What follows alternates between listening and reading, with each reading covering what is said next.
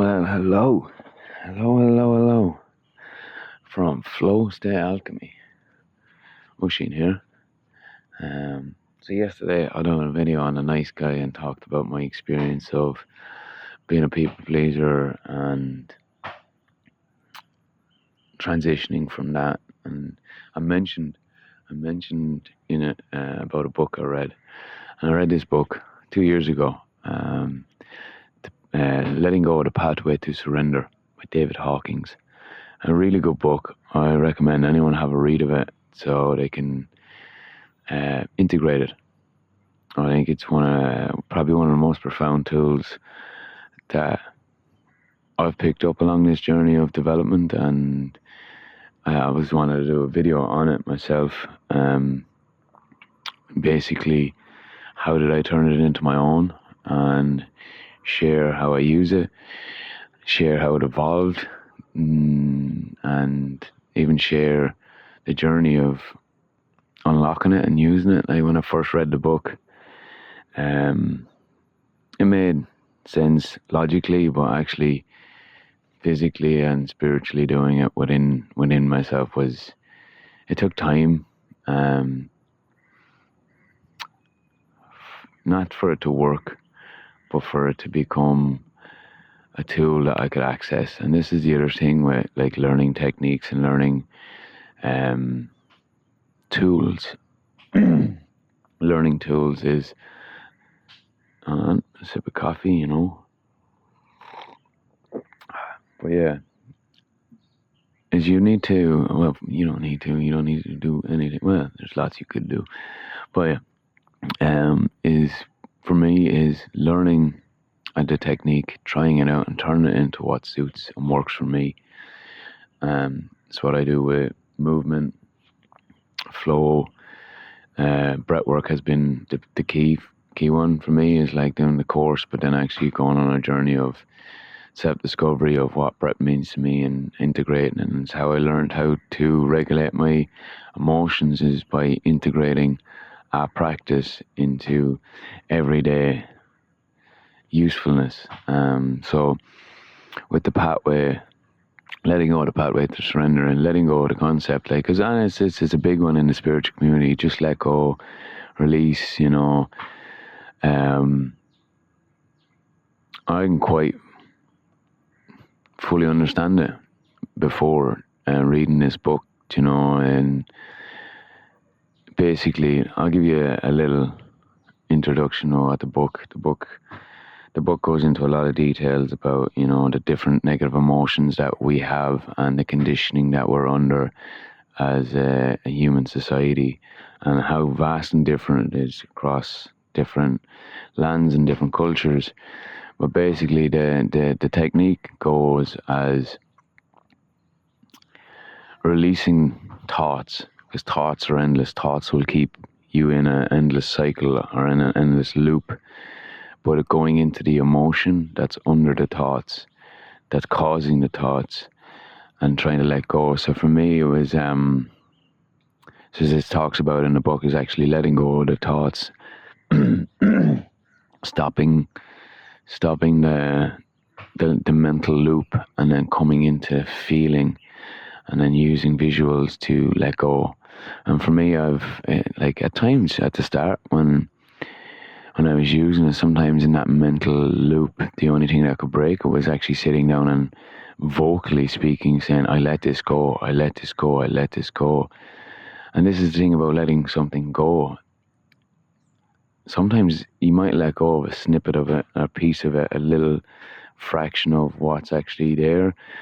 And then over time, so over a day, a week, a month, but once you get into the process of letting go and being able to let go, it's the concept is, where we've accumulated conditioning, we've accumulated trauma, we've accumulated perspectives and experience. We all have our own unique experience in this world, and a lot of it doesn't serve our highest good. It doesn't serve our most authentic self. it isn't our most authentic self. You know, it's the conditioning of the other that's actually what's causing us to, I don't know, mosquito is causing us to is causing what we project. It's the programming, the societal and family programming that we're handed, and it's not our fault, but it is our responsibility to step into it, own it, take accountability, and make that conscious decision to break the cycle of the past and show up differently and be your most authentic self. So yeah, for me, that technique evolved in like how I utilize it, helped me stop the mental conversations that I was having with others, and stopping this vicious cycle I had with myself. That most of the time before in the past, I would get over it, you know, and the mental loop and the mental pain and conversations would end themselves eventually through either walking or doing something or meeting a friend. But rather than needing something like that, having a technique like this is when you can become self-aware, like, fuck, I'm triggered by something. Something's after triggering me. Whether it's a conversation or with somebody else or someone you've seen or any interaction that you've had, and it causes this triggering, and then I did fall into a mental battle is the only way I could say it. And sometimes it was about like speaking my truth to them and saying what I wanted to say. Sometimes it was defending myself or setting myself up for the next interaction with this person or scenario. I'm going to sneeze, so give me a second.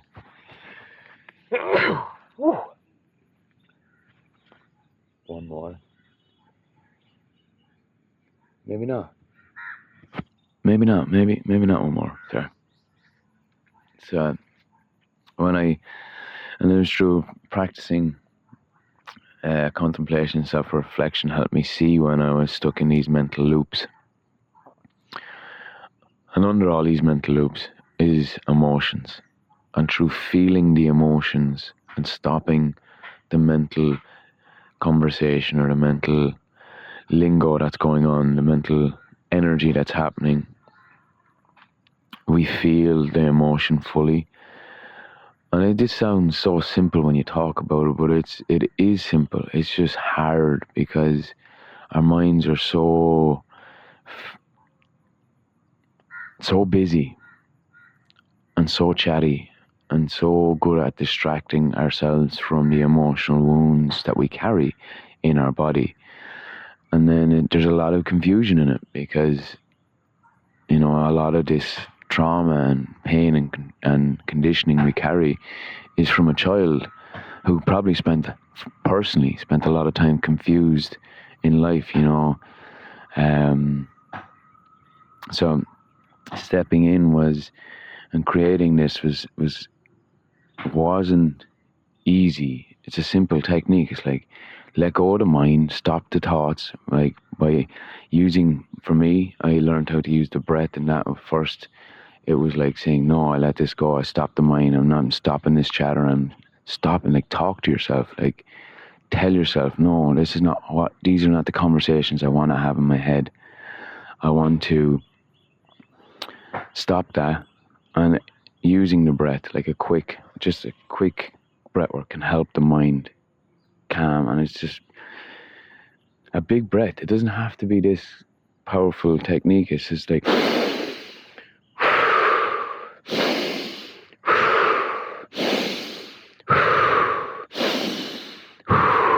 big breath into your nose, out your mouth, into your nose, out your mouth, into your nose, out your mouth. Do that 10 times and then come into a gentle into the nose, out through the mouth, and say, I let go of the mind, I let go of thoughts, I stop this chatter, and then move into consciously saying, I choose to feel this pain. I allow myself feel these emotions. I allow and accept what is there, and allow that emotion to arise. Where do I feel it? Where in my body am I feeling tension? What am I feeling? Is it tension? Is it pain? Is it an electric feeling? Name it. Put a voice to and a description to where you're feeling it. Is it anger? Is it resentment? Is it apathy? Is it, whatever? And I'm gonna, for anyone that wants, I will send over, and you can use AI, Google, to get a list of emotions that are out there. And that helped me. It was in the book. There's a full list of negative and positive emotions. And through going through the feelings of more than negative emotions, we bring ourselves into the positive. We can't jump into positive feelings. We have to, when we're stuck in the lows of life, we have to feel them to come up through them, And the only other thing that I done was distract myself. That's why I smoked so much cannabis for so long. It was like, so I didn't feel the depth of the pain underneath all of the mental chatter. So yeah, and it took a long time to cultivate, and it's not like you learn this and then bang, it's there. As I said, you could be letting go of a conversation, or letting go of anger towards a person, letting go of resentment, letting go of whatever the spectrum of emotion. And that could be towards yourself, resentment at yourself for selling yourself short, for not speaking your truth, not having boundaries. And sometimes even like we create a goal, a projection of what we want to be in the future, and what I want to quit, what I want to begin, and then we don't do it, and then we kick ourselves and beat ourselves up. And that takes, we have to let go of the shame and the guilt behind that as well, of abandoning ourselves, because it's hard. It's changing the habitual habits and the day-to-day things we do take time to change, and we have to reprogram the mind and reprogram our subconscious. So yeah, it's letting go of that mental chatter, feeling, asking, what am I feeling? Where am I feeling it? And breathing into them feelings. So when you get into that place, when you get into that space of, okay, I allow and I'm accepting this. I'm not trying to change it, or I'm not trying to be different. I'm just trying to feel this fully. It's safe for me to feel this. And then you add in the option of the inner child. You can sit with the inner child in this moment and go, for me, it's, hey, little Oisín, what are you feeling? Or even, hey, little Oisín, you're safe. I have you. You're accepted for who you are, and your emotions are valid. What are you feeling? And let that voice come up. I know it sounds, if you've never done it before, if you've never given space to your inner child, it's something you have to learn. And, you have to step into it.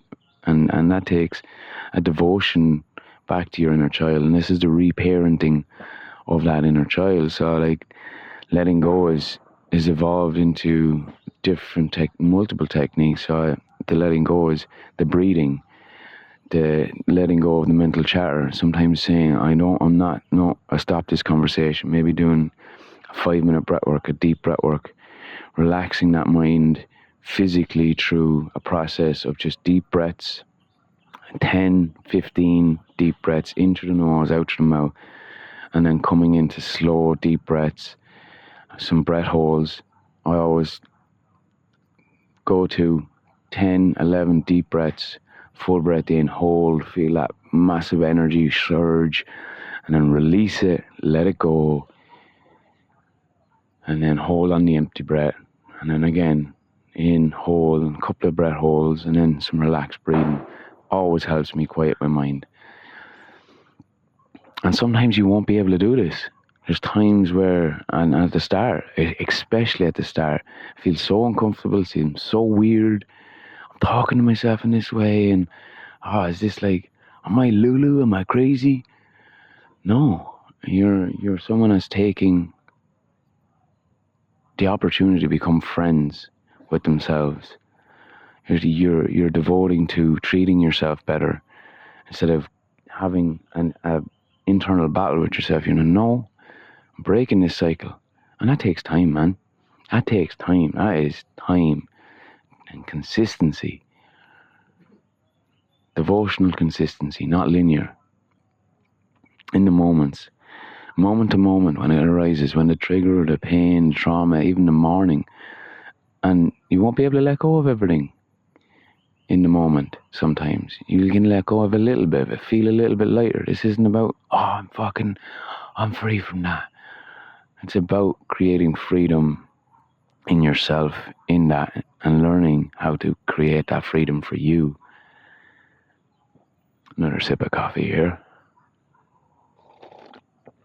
So yeah, coming into that space. So yeah, letting go of the thoughts. And just on a side note, it's like I came to the realization of my own personal psyche and mind is like we have pathways of communication within ourselves, and we can communicate with our higher selves and our inner child. And, you can name a voice that constantly puts you down. I have a tricky Mickey sometimes. It tells me, oh, go on, do it. You can have that bad shit. You can do that bad shit. Put a voice to it, and put a name to that voice.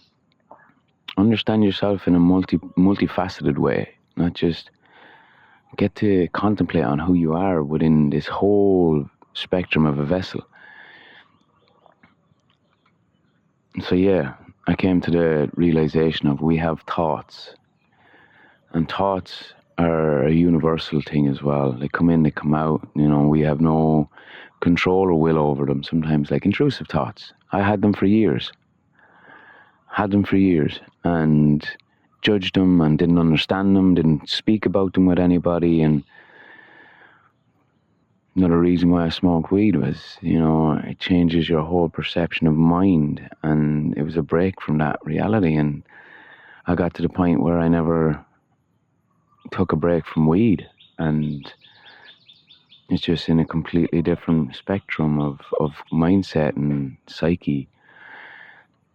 So you have your thoughts, which just come in, and they're part of consciousness as well. They're a part of the collective consciousness, the wounding, the trauma, then your own conditioning, your own trauma, your own experience, the collective experience. Them thoughts, they come in, and they come in, and they come in.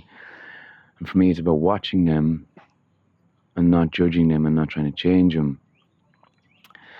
And they can be negative and positive. As I said, no will, no control. They just come in, they come out, and they're there. And the more you can cultivate a space of allowing and accepting them and stop judging them, and maybe sometimes the really dark ones, is the opportunity to give them love and forgiveness and compassion and understanding. But then you have then you have thinking, which you still don't have full control over. Sometimes we can't control the way we think, applied thinking, that voice, that mind voice we have. We have will over it. And with will, you can apply positive thinking, like affirmations, or it doesn't have to be this wrote down mantra. You can, for me, I'm not someone that likes to write, and so it's been in the moment, speaking to myself how I'd speak to a friend, open that voice up to positivity. And I found the more the negative, intrusive, whatever thoughts come in, when we stop and witness them and allow them and accept them, show them love and compassion. And a part of that love and compassion is the thinking voice coming in and speaking, saying, I show love here, or this is not the version I want to be. I let go of judgment towards this side of me. If we can apply positive thinking, I am a good person, I am worthy, I am whatever is applicable to you in that, and it's about applying that will of a positive mindset towards, and not actually doing that is what has helped my thoughts. I don't have intrusive thoughts anymore as much. I don't know if I'll ever not have them. I understand them more. I'm more friendly with them. I can sit with them. I can allow them and not get fucking scared of them, you know. So a part of all of that is the letting go, using the breath to quieten the mind if you can't do that internally. Speak it out loud. Have conversations with yourself. Be your friend. Be the parent you need to that inner child. And watch life evolve. Watch your inner world, your inner relationship with self, the most important. One person you spend every day with is you. You, your mind, your heart, your soul, your body. It's the one being you are with every moment. So why wouldn't you put the most effort in developing the best relationship with that whole complete spectrum of who you are? And that's a journey of learning who you are. And how wonderful is that? Why am I who I am? And who do I want to be? Because you can be whoever you want. It's just undoing the programming, letting go of the limiting shit that we carry and allow control our whole projection of our expression. Become more authentic. Be you. That's what the world needs, is people being themselves. Because they love themselves so deeply, the outer judgment doesn't matter. That they can speak the truth. And then in that, you show up for others in a more grounded, free space. And you don't want to fix or change them. You just are there to hold space for them to be them. So yeah. That's I'm gonna put a cap on it there. I think I want to thank you for if you watched. Thank you.